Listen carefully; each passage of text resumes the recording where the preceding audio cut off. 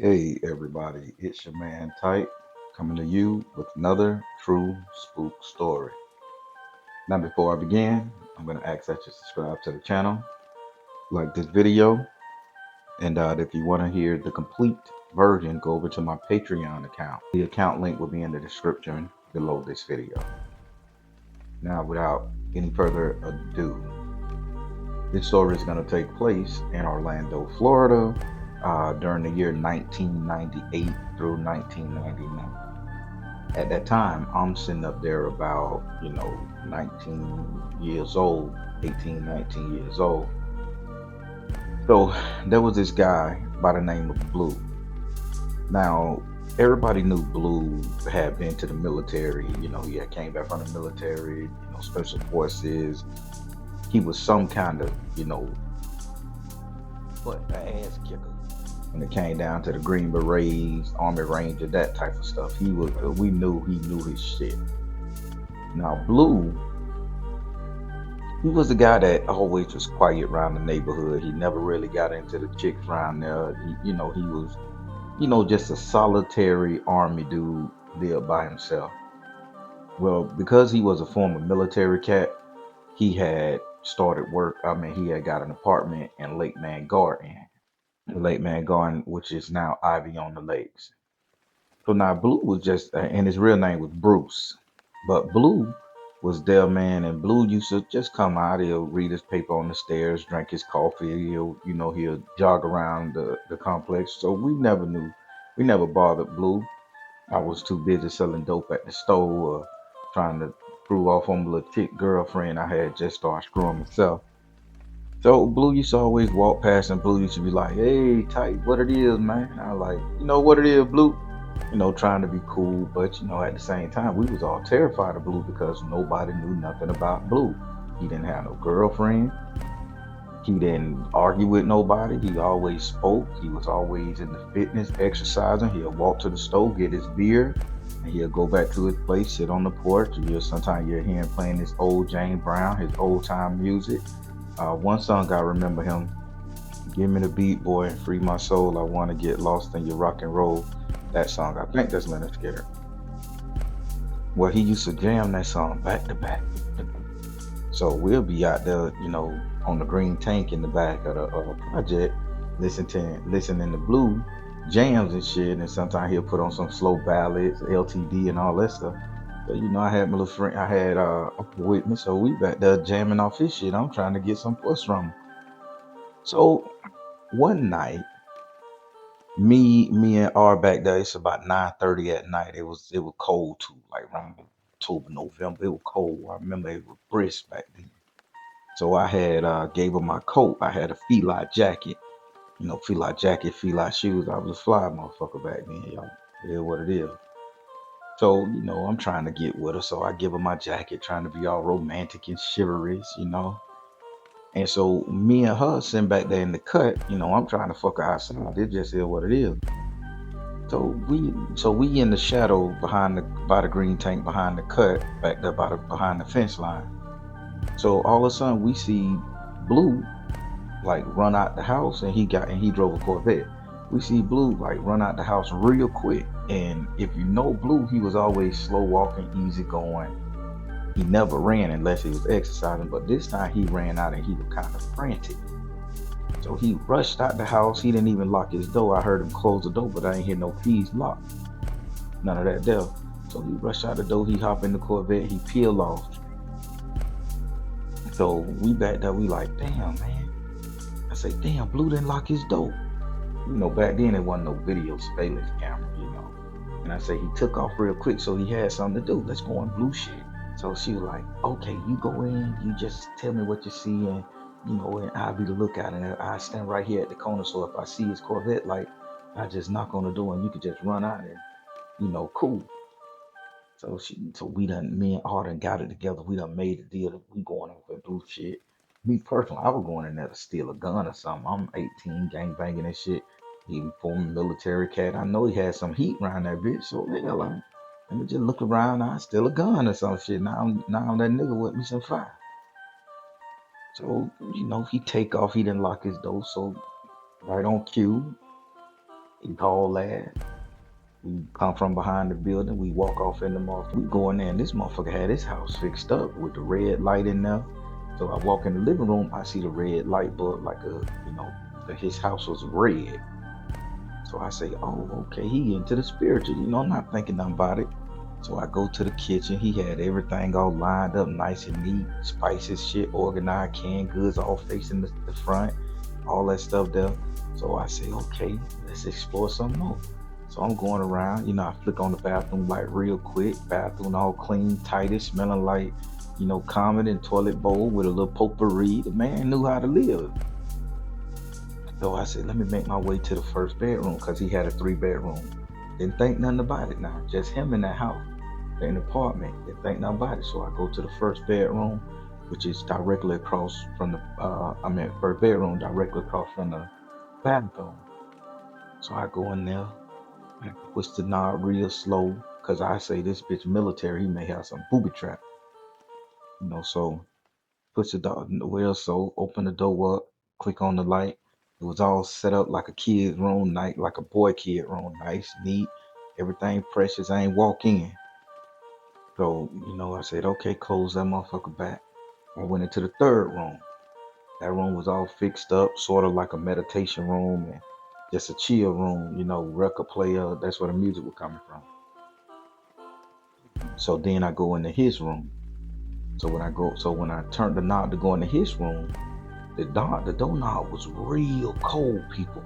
I mean, real ice fucking cold, man. Ice cold.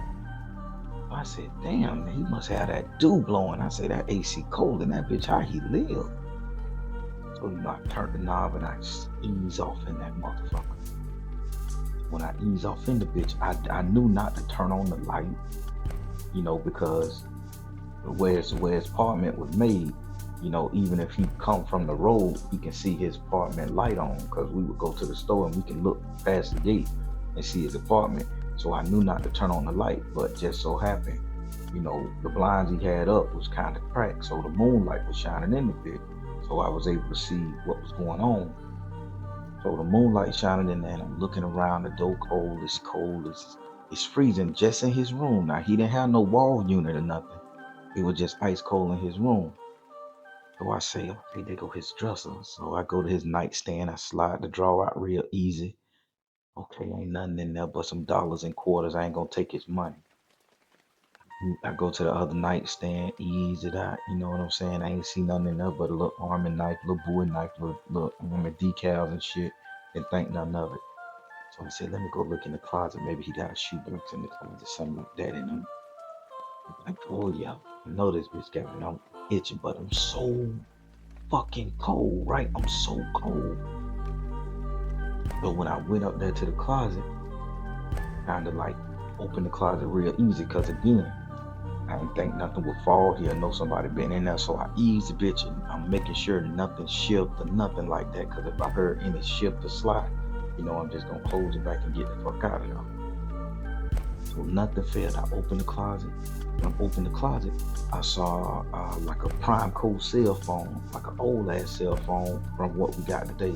It was one of them digital prime code with the blue on it, like walkie-talkie chirp type shit.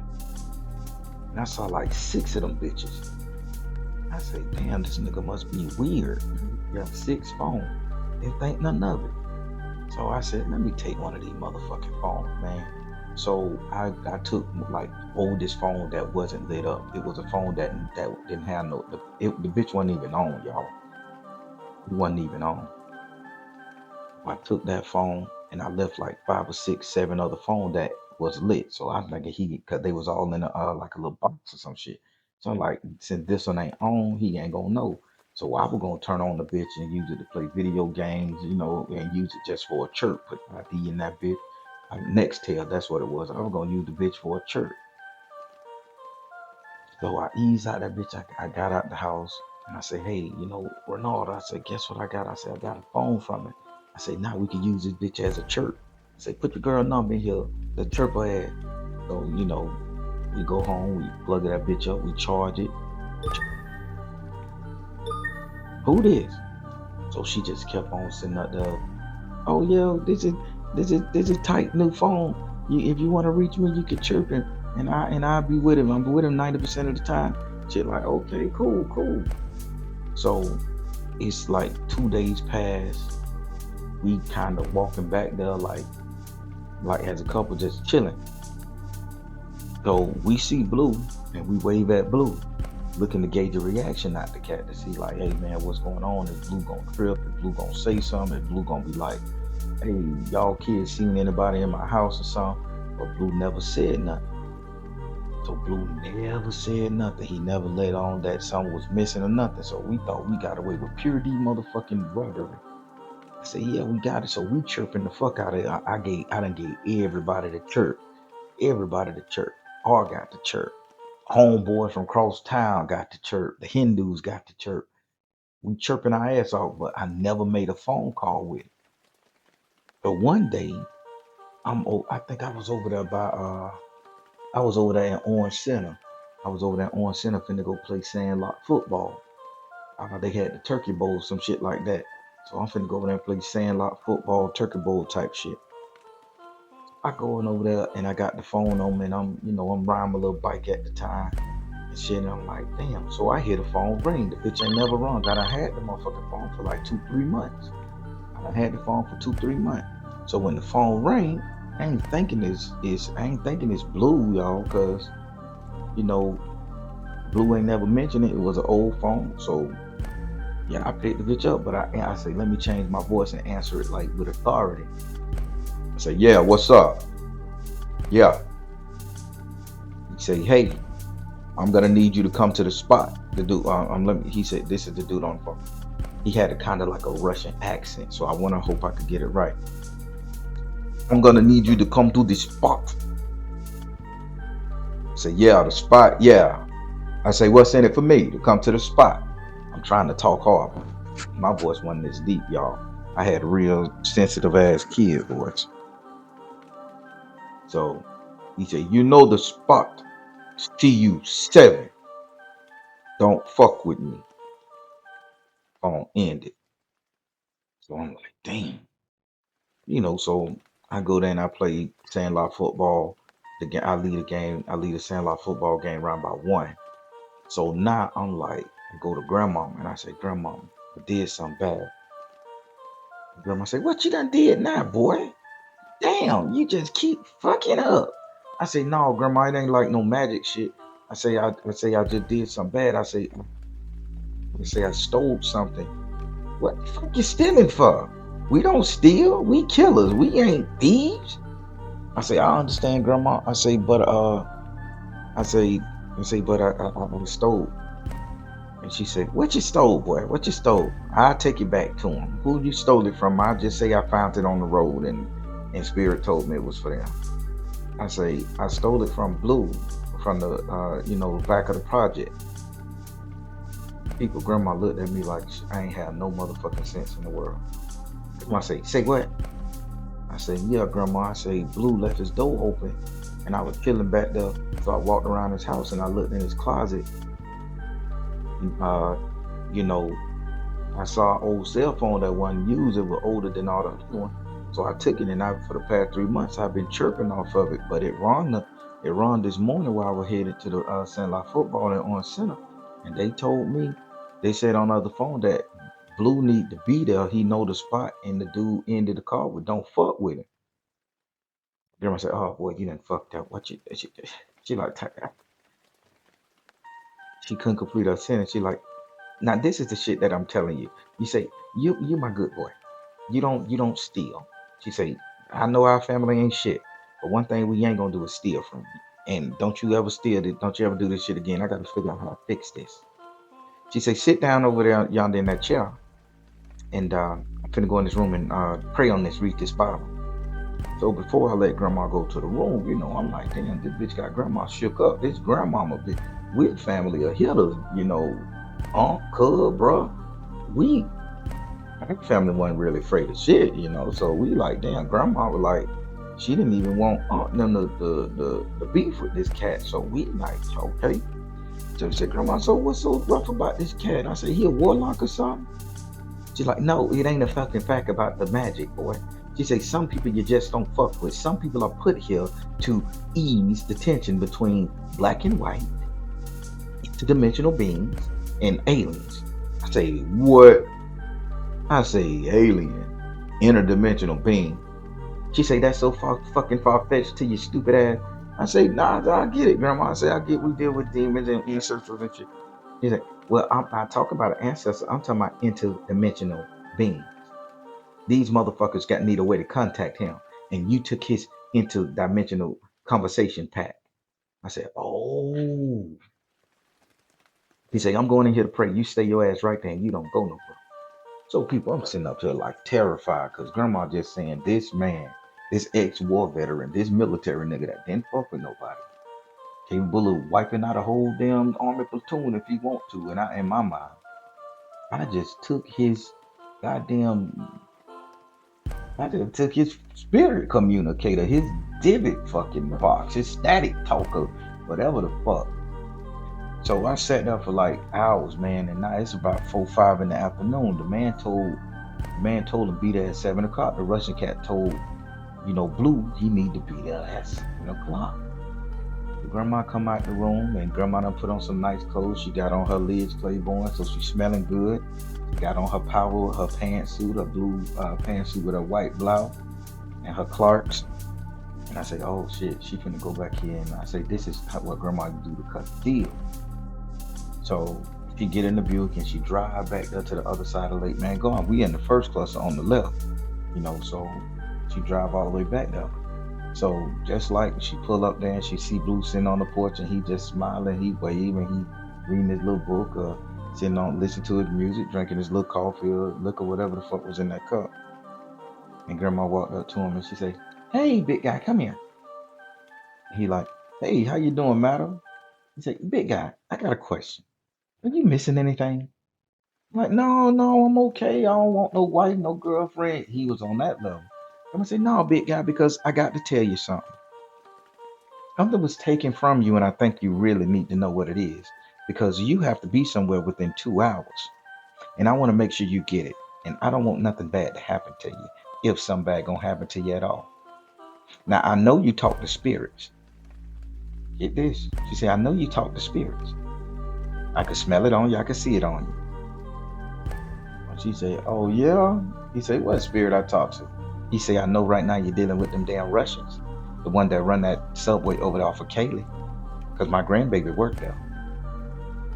And he like, oh, okay, so you know something. He say, Blue gave it away. He say, oh, you part of it? He say, no, I'm not part of it. But I got what you need to get to them right now. He's like, what you talking about, lady? So grandma pulls out the phone. When grandma pull out the phone, she hand the phone to him. And he like, what? He said, what is this? He said, how the hell did you get this? And grandma said, well, I'm not going to incriminate nobody, but I want you to know that I got it. And the voice on the other end sounded Russian. And it said, you need to be the location at 7 o'clock. He's like, okay, good. So grandma said, do you need me to take you? He said, I got my car. Grandma said, no, I want to ride with you. He said, okay, you can come with me since you know something. Boom, he go in there, he take a quick shower, he come out, he has on like all white people. He has on all white gloves, none of his skin showing, white pants, white socks, white shoes, white hat, and he had a hat that if he like a Ku Klux Klan, you would drop it over your face so they could only see your eyes.